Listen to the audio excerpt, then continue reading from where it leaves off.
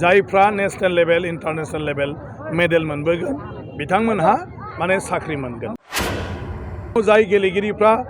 Medal मोनगोन नाथाय साख्रि जुदि बिसोरो मोनसे पर्यायाव बिसोर साख्रि मोना बिसोरो माने मोनसे पेन्सन 10,000 ना आमार पेन्सनर बेबस्था दङ आरो पेन्सन भिसिडिसिनि गेजेराव खेल महाराना जागायजेनबाय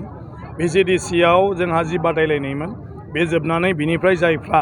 सेलेक्ट जानानै फैबाय बिसोर दा भिसिडिसिनि गेजेराव कम्पिटिसन जासिगोन बिनि उनाव पानेरि समस्ति जानानै बिसोरो जिल्लायाव बाहागो लाहैगोन ओंखायनो आं दिनै जोबोद गोजोननाय मोनदों जे बे जिथु खेल महारान बेवहाय जोंनि मानगेरे डक्टर हिमन्त बिश्व शर्मा बिथाङा जिबायदि मोनसे सानस्रिजों मोनफ्रोमबो गामियावनो जायफ्रा बायदिसिना खेलायाव रोंगौथि गोनां दं बिथांमोनखौ बोरैहाय गोजौ फारसे लाबोनो हायो बिथांमोनखौ बोरै दिहुननो हायो बिनि थाखाय बे खेल महाराननि हाबाफारिखौ लानाय जादों आरो बेजों भिसिडिसि लेभेलाव गेलेनानै गमामायैनो गोबां माने गेलेग्रा लाइमोनफोरखौ दिनै बेवहाय सफैहोनो हादों दिनै गासै भिसिडिसियावनो माने गोबांथार गेलेगिरिफ्रा गामि ओनसोलनिफ्राय सफैदों आं सानो बिनि गेजेरजों जोंनि गामि सिंनिफ्रायबो गोबां गेलेगिरिफ्रा मोनसे समाव स्टेट नेशनेल आरो इन्टारनेशनेल लेभेलाव गेलेहैनो हागोन आरो मोजां मेडेल मोनबोगोन आरो गावबा गावनि जिउखौबो बे गेलेनायनि गेजेरजों बिसोरो मोजाङै गायसनलांनो हागोन सर जों दिनैनि दिनाव नुनो मोनो बिटिआरआव गोदान गोबां नेशनेल आरो इन्टारनेशनेल गेलेगिरि बा गल्ड मेडेलिस्ट मोनबोनो हादों बिथांमोननि थाखाय आसाम सोरखार बा बिटिआर सोरखारनिफ्राय माबाफोर अनसुंथाइ नङा गासिबो बेवहाय गभर्नमेन्टआ मोनसे आयेन खालामनानै दोनबाय माने नियम खान्थि खालामनानै दोनबाय जायफ्रा national level international level medal मोनबोगोन बिथांमोनहा माने साख्रि मोनगोन दा बे गासिबो क्लियार खासै बेनि उनाव जाय गेलेगिरिफ्रा मेडेल मोनगोन नाथाय साख्रि जुदि बिसोरो मोनसे पर्यायाव बिसोर साख्रि मोना बिसोरो माने मोनसे पेन्सन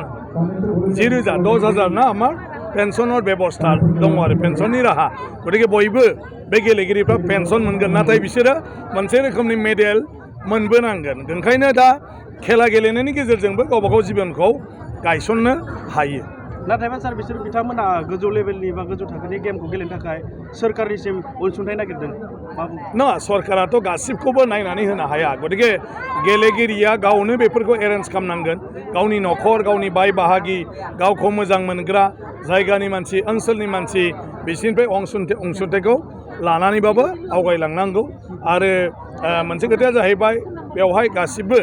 माने इभेन्ट्सफोरनि एस'सियेसन थायो आरो एस'सियेसनफ्रा बेफोरखौ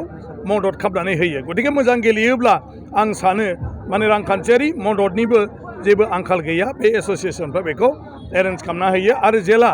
अलिम्पिक लेभेल सहैगोन बा इन्टारनेशनेल गेलेहैगोन अब्ला बिनि थाखाय सरकारा गोबां माने बेबस्था लानाय जायो दिनै लाभलिनानि गासिबो कचिं मा होनो प्रेक्टिस खालामनायनि खरसाखौ आसाम सरकारा बानदों दा बेबायदिनो जुदि मोजां गेलेगिरिब्ला सरकारा गोजौ थाखोआव गेलेनाय मानसिफोरनि थाखाय नांगौ रोखोमनि अनसुंथाइखौ होयो सार नैबे समावबो बेनो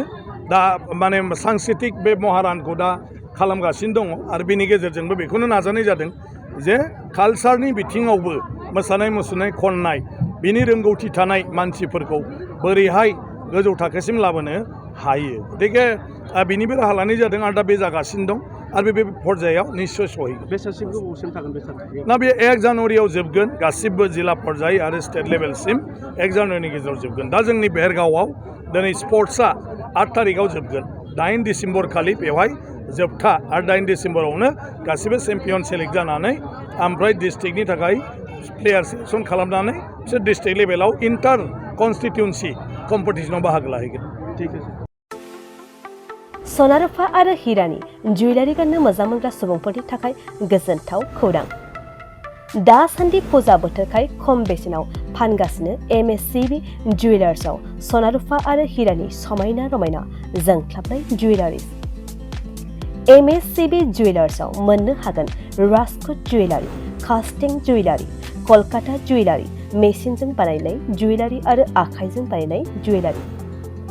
लोगोसेनो हाबा हुखायाव गाननो थाखाय सना आरो हिरानि समायना जुवेलारिसफोरखौबो मोननो हागोन MSCB जुवेलार्सआनो दं क'क्राझार सहरजों नांजाबनाय क'क्राझार रेल गेटनि साखाथि वार्ड नं 5 बिबेकानन्द पथआव MSCB जुवेलार्सजों थोंजोङै जगाजग खालामनोबो हागोन 9954273079 जानबुं अनजिमायाव।